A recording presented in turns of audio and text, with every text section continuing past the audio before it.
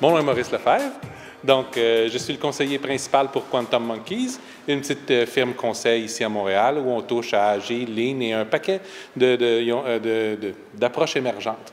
Entre autres, c'est ce que je viens vous présenter ici aujourd'hui, les Deliberately Developmental Organization, qui est une de ces approches-là qui n'est pas très connue encore. Si le sujet vous intéresse ce soir, j'ai un article de blog qui vient de paraître sur le blog de Happy Melly, ceux qui font Management 3.0, sur ce sujet-là, puis sur la même expérience qu'on va discuter aujourd'hui. La raison pour laquelle on est trois à vous présenter, donc moi, on a Karianne Pilon, qui est notre stagiaire, et on a Patrick Roux, qui est un de nos conseillers. Donc, ce sont nos deux nouveaux. La raison pour laquelle on est trois pour vous présenter entre dans le cadre de qu'est-ce qu'est une DDO, Deliberately Developmental Organization. Donc, l'idée avec une DDO, c'est de développer rapidement les compétences des gens. Pour ça, on ne leur fait pas de cadeau. Ils sont avec nous depuis moins de 6 mois, un comme l'autre. Donc, il était temps qu'ils viennent présenter devant un grand public. Bien, un plus grand public, qu'est-ce qu'ils ont l'habitude? Donc, commençons par le début. Qu'est-ce qu'une DDO? Certaines entreprises ont réalisé avec le temps que le potentiel de profit sur lesquels on peut compter, donc qui sont stables, dépend du potentiel de talent à l'intérieur de l'entreprise. Avec cette réalisation-là, il y a 2 voies possibles que l'on peut prendre. La première, on engage plus de gens, on embauche plus de gens. Ça veut dire des coûts beaucoup plus élevés. Ça ne veut pas dire qu'on engage nécessairement des gens de qualité. L'autre option, c'est de développer chacune des personnes qui est déjà au sein de l'entreprise, au maximum possible, rapidement, pas toujours confortablement.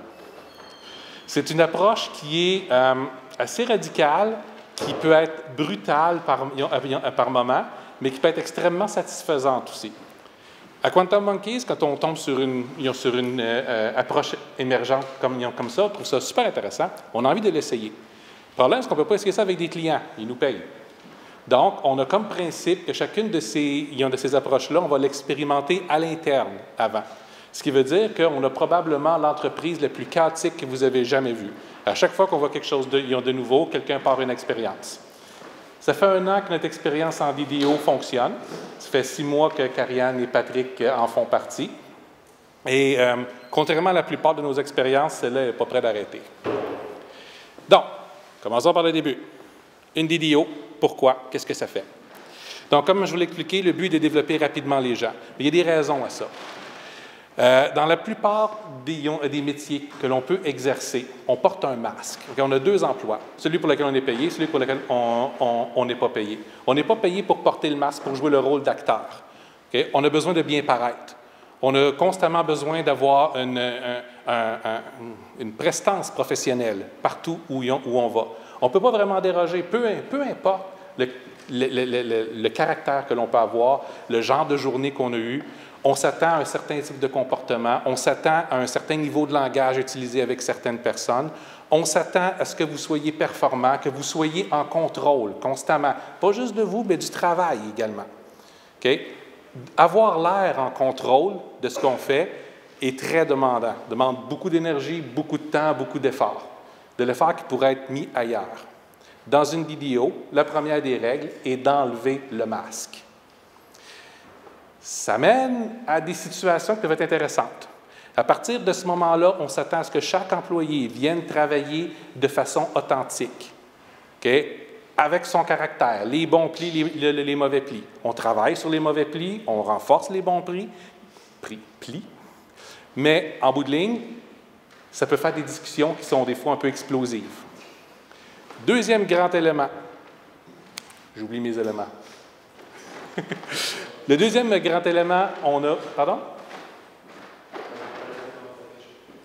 Oui. Le droit à l'échec est extrêmement important. On apprend vite. On apprend de façon agressive. Aucun moment de confort dans une DDO. Dans la plupart des emplois, on commence avec un nouveau poste.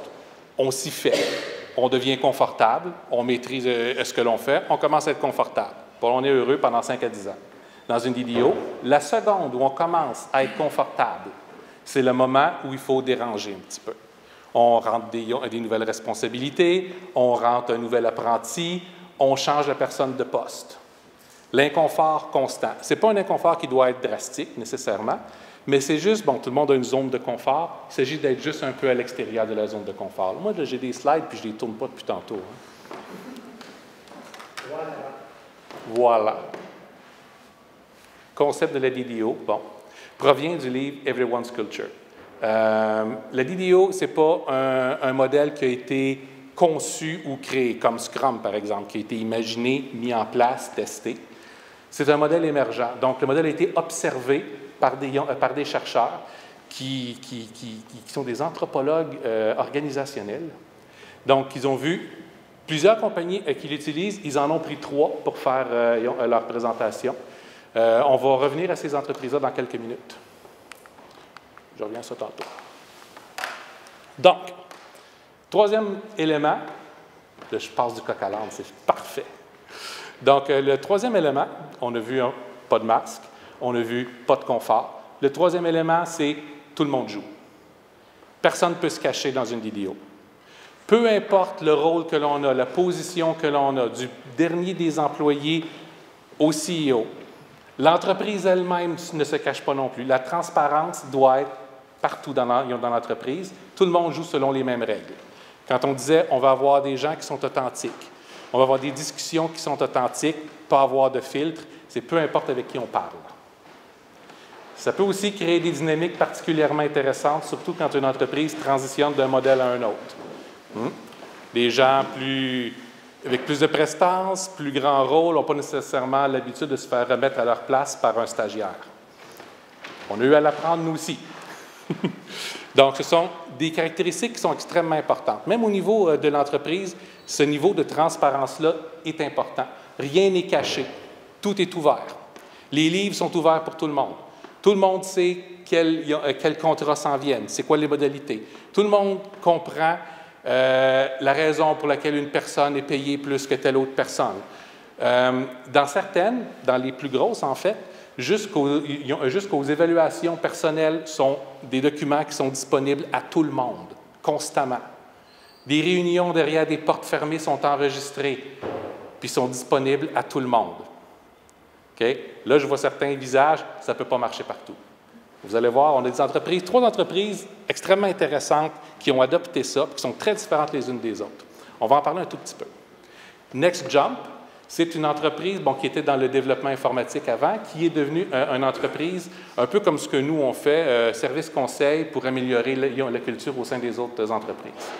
Ce sont les premiers à avoir championné l'expression qu'utilisent les back-ends. Donc, chaque individu a des forces et a des faiblesses. Ils appellent leurs faiblesses des back-ends. Ce n'est pas une faiblesse terrible, c'est un peu comme au tennis, c'est un terme qui vient du tennis. On est toujours un peu plus faible sur certaines choses. Pour eux, l'important, c'est de prendre ces éléments-là et de travailler dessus, publiquement, avec tout le monde. Okay?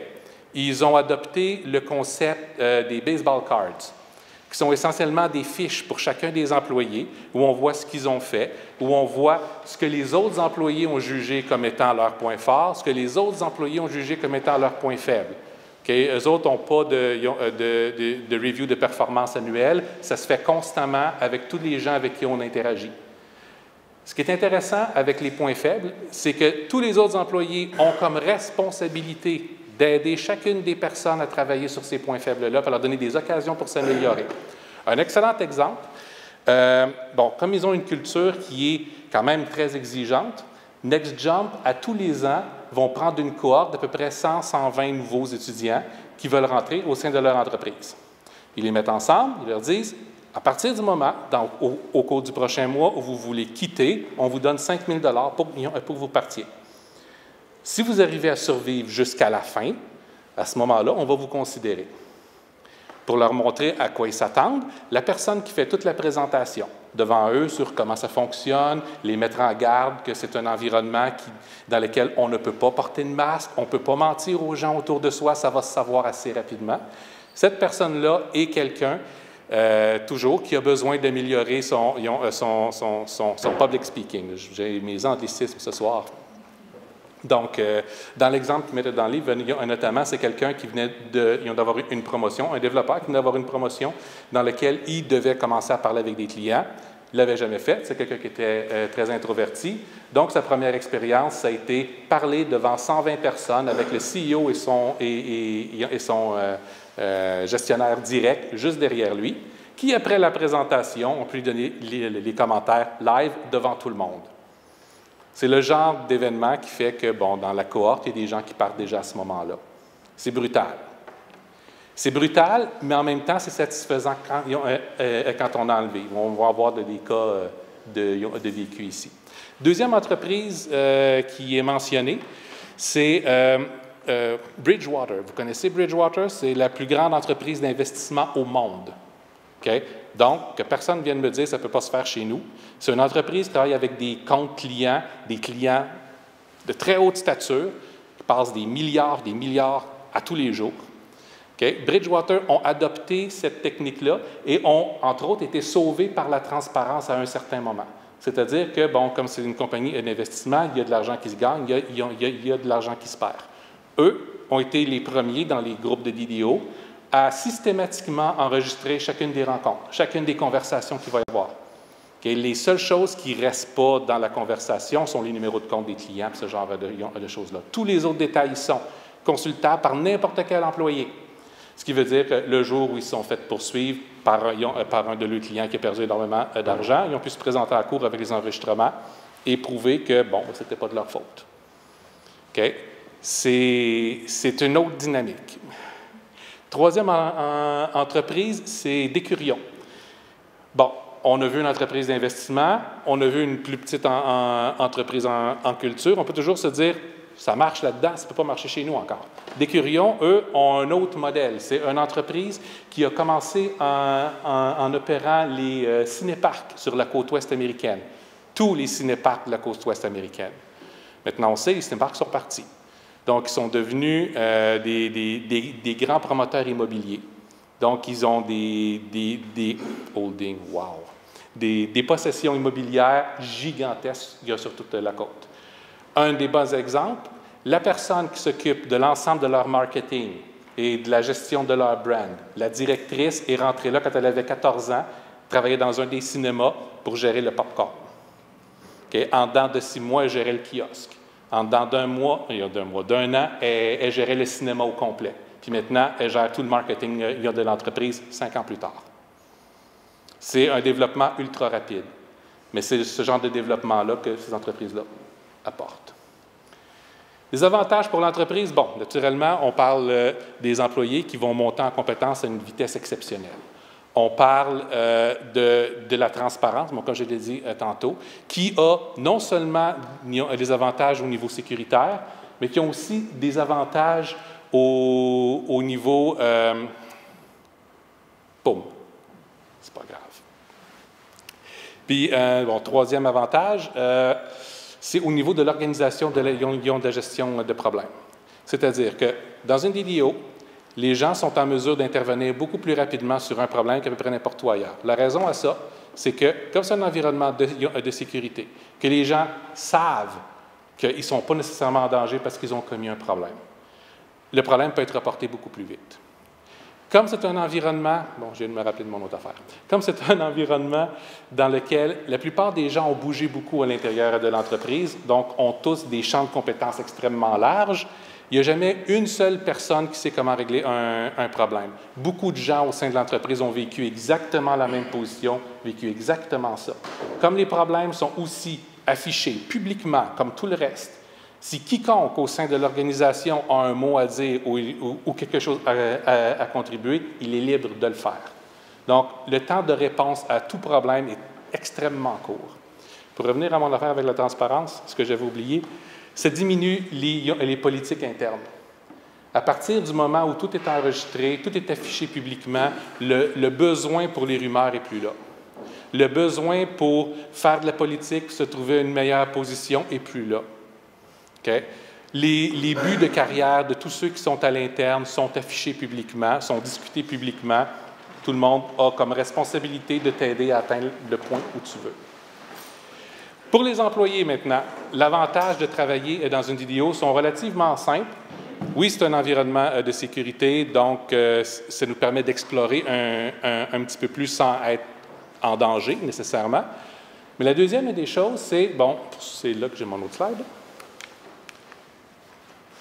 Daniel Pink nous a parlé de la motivation intrinsèque, qui repose sur 3 piliers. L'autonomie, la maîtrise, en français, purpose, c'est le sens.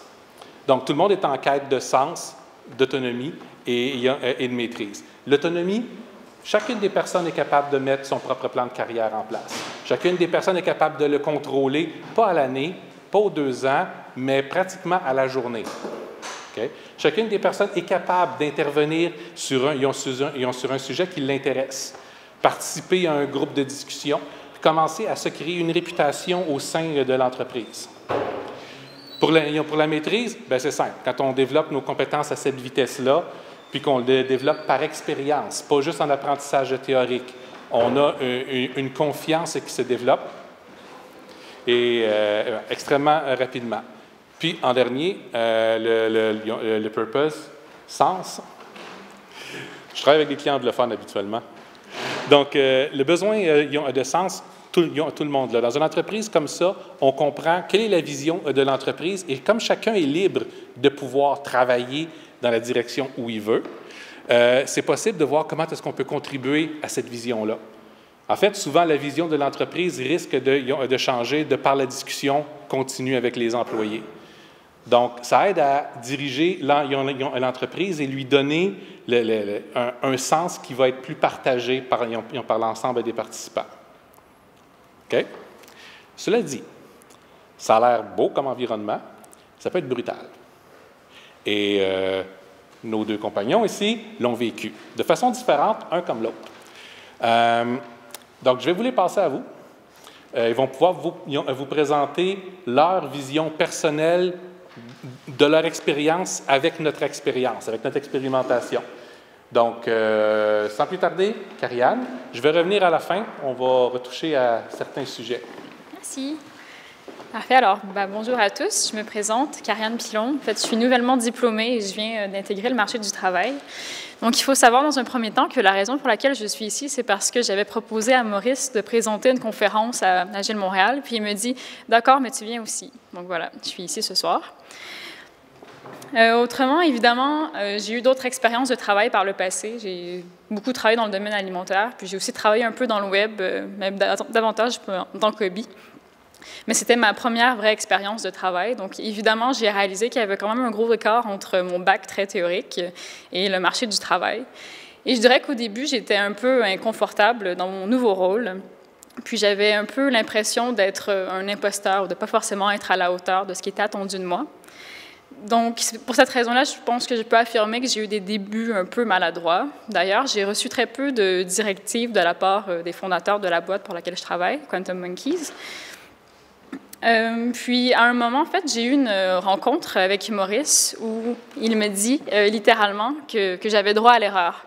Que ce qui était important, en fait, c'était de mettre en place des initiatives, que certaines allaient échouer, que d'autres allaient fonctionner, mais que celles qui allaient fonctionner allaient compenser pour le reste, et que l'important, en fait, c'était vraiment d'essayer des trucs, puis d'apprendre de ses erreurs, puis d'apprendre de retenir ce qui a bien marché afin de le reproduire dans le futur. Donc, à partir de ce moment, on a établi avec Maurice qu'à chaque semaine, j'allais présenter une initiative différente. J'avoue que le fait de présenter une initiative différente, en fait, ça a un peu paru comme un fusil sur la tempe pendant les premiers instants. Puis je le sentais un peu comme parfois même un boulet parce que ça me mettait de la pression à chaque semaine. Sauf que j'ai réalisé que c'était une contrainte qui me forçait à être créative, qui me forçait à me questionner, à savoir comment je pouvais améliorer l'image de l'entreprise ou comment je pouvais développer la communication de l'entreprise. Et donc, c'est exactement ce qui s'est passé pour le premier trimestre. À chaque semaine, le mardi à 11 h, je devais présenter une initiative différente, accompagnée d'un canevas où j'expliquais en fait ce que je considérais comme être les répercussions de mon initiative sur le futur de l'entreprise. Et les fondateurs étaient libres d'accepter ou de refuser mon initiative en fonction de ce qu'ils en pensaient.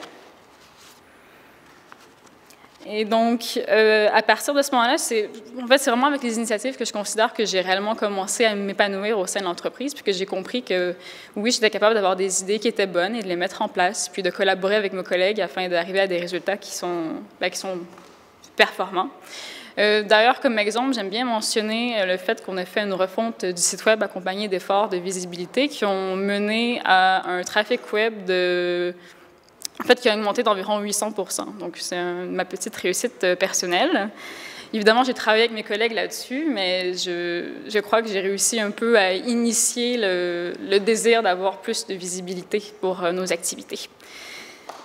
Et donc, évidemment, le fait de déployer des initiatives à chaque semaine m'a amené à travailler avec de nombreux nouveaux outils. Puis, j'ai su apprendre tout plein de trucs au cours des derniers mois. D'ailleurs, dernièrement, j'appliquais pour participer à un colloque dans le cadre universitaire. C'est vraiment à ce moment-là, en fait, que j'ai réalisé à quel point j'avais acquis plusieurs expériences au cours des mois passés. Autrement, je dois avouer que j'ai ressenti beaucoup d'inconfort au cours des derniers mois, surtout, en fait, vers janvier, février. À la veille de mes initiatives, j'avais presque de la misère à dormir le soir parce que je réfléchissais trop à ce que je devais présenter le lendemain. Sauf que j'ai aussi réalisé que c'était un inconfort qui était surmontable, en fait, puis que l'important, c'était pas tellement d'avoir une initiative qui était fructueuse, mais d'entamer un dialogue avec le reste de l'équipe pour savoir ce qui pouvait être fait comme amélioration.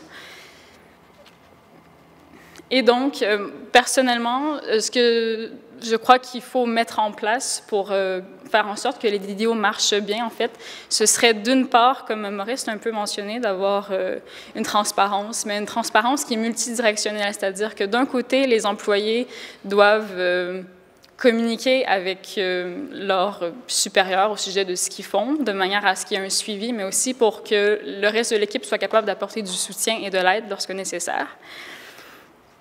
L'autre élément important, en fait, ce serait une culture de sécurité, comme justement de rappeler que l'erreur est normale et qu'en faisant des erreurs, on apprend aussi à savoir qu'est-ce qu'on ne doit pas faire dans le futur ou qu'est-ce qu'on doit favoriser comme initiative.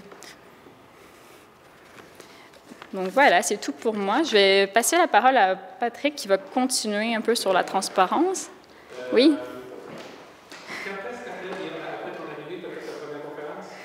Un mois après, je crois. Donc, oui, ça n'a pas été... ouais, j'ai vraiment des... En fait, je pense qu'avant les fêtes, il y a un moment, je me suis demandé si j'étais à la bonne place, mais j'ai persisté, puis voilà, je suis ici aujourd'hui.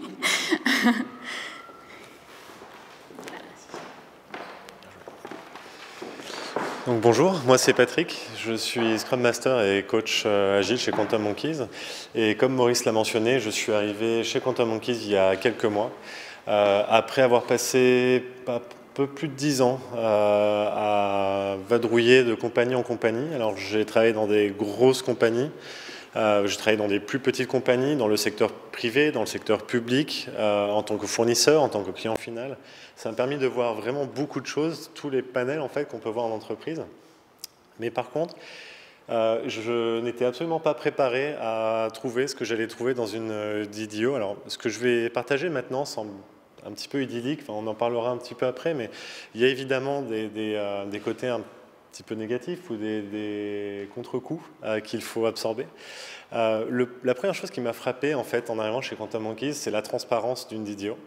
À titre d'exemple, nous faisons assez régulièrement des rétrospectives avec la compagnie, des plus petites, des plus grosses, mais en tout cas, il y a constamment une mise à jour des problèmes qu'il peut y avoir peut-être entre les employés, des opinions qu'on peut avoir. En fait, avec ça, on va couper court tout de suite, très rapidement, à la moindre rumeur qui peut exister, puisque tout est sur la table. L'autre aspect de la transparence qu'on peut observer dans une DDO, c'est le fait qu'on a un espace documentaire partagé sans aucune restriction d'accès. On a tous travaillé dans une compagnie où il y avait par exemple un lecteur réseau avec des répertoires qui étaient réservés aux finances, des répertoires réservés au marketing ou je ne sais quoi. Dans une DDO, en fait, il n'y a pas de restriction d'accès. Tous les répertoires sont ouverts à tous, donc on sait quelle proposition est envoyée à qui, quelle présentation a été faite, à quel moment, etc. L'idée, c'est pas de fliquer, mais juste de ne pas prendre de temps à de ne pas obliger les collaborateurs à prendre du temps à poser des questions. Les informations sont là, il suffit juste de les chercher, on les trouve. De la même manière, on a accès tous à notre outil de CRM, sans restriction d'accès non plus. Donc on sait combien est-ce qu'on a été vendu en tant que consultant, en tant que coach par exemple, à quel tarif, pour combien de temps, à qui. Les échanges de courriels et les propositions d'affaires sont également ouvertes. Donc on est au courant de tous les dialogues qui ont lieu. On sait qu'il n'y a pas de mots en douce qui ont été glissés, tout est là, tout est ouvert. Et comme Maurice l'a précisé aussi, grâce au CRM et aux outils de facturation aussi, on sait qui gagne combien dans la compagnie. Il n'y a pas de jalousie en fait, puisque tout est communiqué. La raison pour laquelle on va donner tel salaire au lieu de tel salaire, on l'explique, l'expérience, etc. Tout est vraiment ouvert. C'est un petit peu déroutant au début, on a un peu l'impression d'être fliqué, mais en fait on se rend compte que ça nous sert autant à nous qu'aux autres. L'autre aspect qui est intéressant, c'est le feedback qu'on obtient constamment. Nous avons par exemple tous les jours un petit 15 minutes qui est prévu à midi. On a choisi cet horaire-là parce que quand on est placé en clientèle, c'est l'heure à laquelle on est sûr de pouvoir être disponible. De midi à midi 15, on se retrouve sur un Hangout par exemple, il y a un canal qui est toujours ouvert pour ça, où on peut venir partager avec l'équipe. Alors, c'est pas la même chose qu'un Daily Scrum, hein, mais c'est plutôt, on va partager avec l'équipe ce que l'on pourrait proposer pour la compagnie, les idées qu'on a eues, ce qu'on a accompli pour la compagnie. C'est un petit peu plus haut niveau qu'un Daily Scrum. Ce ne sont pas des tâches qu'on partage. Je ne vais pas dire que ce matin, j'ai envoyé un courriel à un tel et j'ai fait ça avec tel client, etc. Mais il s'agit plus d'aller partager ce qu'on va faire pour la compagnie. Nous avons également un Slack qui est dédié. Alors oui, tout le monde a un canal de conversation quelque part, un chat d'entreprise, un Slack qui est ouvert, mais on fait en sorte que toutes les conversations de groupe soient toutes sur des canaux qui sont partagés avec tout le monde. Il n'y a pas de secret dans les conversations de groupe. Quand on veut initier une discussion, on a des canaux qui sont dédiés, avec des thématiques qui sont dédiées, mais tout le monde y a accès. Il n'y a pas de canaux réservés à un tel ou à un tel. On ne va pas considérer que les fondateurs de la compagnie, par exemple, ont un canal de conversation privilégié parce que les salariés n'ont pas à tout savoir. Non, tout est là et tout le monde est au courant de tout. Et puis au pire, si on est occupé et qu'on n'a pas envie d'être dérangé par des conversations toute la journée, on peut toujours se mettre en mute. Il y a un aspect de confiance qui est extrêmement important aussi dans une vidéo, sinon ça ne peut pas marcher. La confiance, elle va dans les deux sens. En tant que salarié, je dois avoir confiance dans mes patrons, dans ma compagnie, mais l'inverse est vrai aussi. À titre d'exemple, quand je suis arrivé chez Quantum Monkeys, je me suis senti suffisamment à l'aise pour pouvoir donner des idées, ou en tout cas une opinion sur l'identité graphique de Quantum Monkeys, qui à l'époque en tout cas ne me plaisait pas beaucoup. Donc j'ai fait mes propositions et puis je m'attendais à peut-être avoir un petit peu de frein en face de moi. Au contraire, j'étais un petit peu déstabilisé par la volonté de tout le monde de m'écouter et de me laisser aller avec des propositions. Donc, comme je vous l'ai dit en introduction tout à l'heure, je suis Scrum Master et coach agile. Je ne suis absolument pas designer. Pour autant, j'ai participé au redesign de nos cartes d'affaires, de nos supports de communication. J'ai aidé aussi à la réalisation du site web. Donc, je suis sorti un petit peu de ma zone de confort. J'ai utilisé un hobby et des connaissances que j'ai pour essayer d'aider la compagnie un petit peu différemment, en fait. L'autre aspect de confiance qui est importante est au niveau du coaching. Donc nous sommes tous des coachs, et ben autant s'en servir. Donc on se coach entre nous. Je me suis retrouvé quelques semaines après mon arrivée à devoir dire à mon patron pourquoi est-ce que j'estimais que j'avais telle faiblesse, voilà l'erreur que j'avais commise, et est-ce que tu pourrais me conseiller ? Je ne sais pas si vous avez déjà essayé de faire ça avec votre patron ou avec votre CEO. Moi, je n'avais jamais pu le faire avant ça. Et c'était quelque chose de très agréable et d'assez libérateur en fait de pouvoir partager ses erreurs. Parce que comme l'a dit Maurice, on passe beaucoup de temps à faire attention à son image. Et quand on n'a plus à faire attention à son image, c'est incroyable ce qu'on peut être productif à côté. Et en plus, tous les problèmes qu'on suggère, on les partage avec des gens qui sont passés par là avant nous, mine de rien. Avec tout le respect que je te donne Maurice, tu as beaucoup plus d'expérience que moi, donc autant que j'en bénéficie aussi. Donc on se coach en interne et quand on a besoin de rectifier le tir, c'est souvent fait très rapidement. Le dernier point, c'est une émoticône qu'on utilise beaucoup sur Slack. Enfin beaucoup, peut-être pas tant que ça, je l'espère, mais c'est un espèce de code, une espèce de safe word qu'on va utiliser.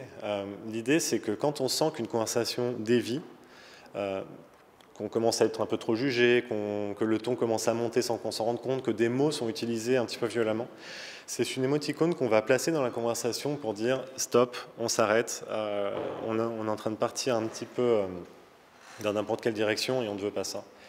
Donc l'idée, c'est qu'on doit avoir confiance dans les membres de l'équipe pour qu'ils acceptent d'arrêter la conversation ou d'arrêter les tensions là, parce qu'on a utilisé l'icône. Mais il faut aussi avoir confiance dans nos collègues pour savoir qu'ils ne vont pas l'utiliser à tort et à travers juste pour bloquer une conversation qui les dérange. Donc, il faut avoir quand même une certaine confiance en équipe pour que cet outil-là fonctionne. Et peu importe quel outil vous allez mettre en place, que vous allez utiliser, le principal objectif qu'on cherche à atteindre dans une vidéo, c'est de briser le statu quo. Ce qu'on veut, c'est que ce qui existe aujourd'hui puisse ne pas exister demain et que ça soit OK, en fait, qu'on essaye d'aller vers quelque chose de mieux.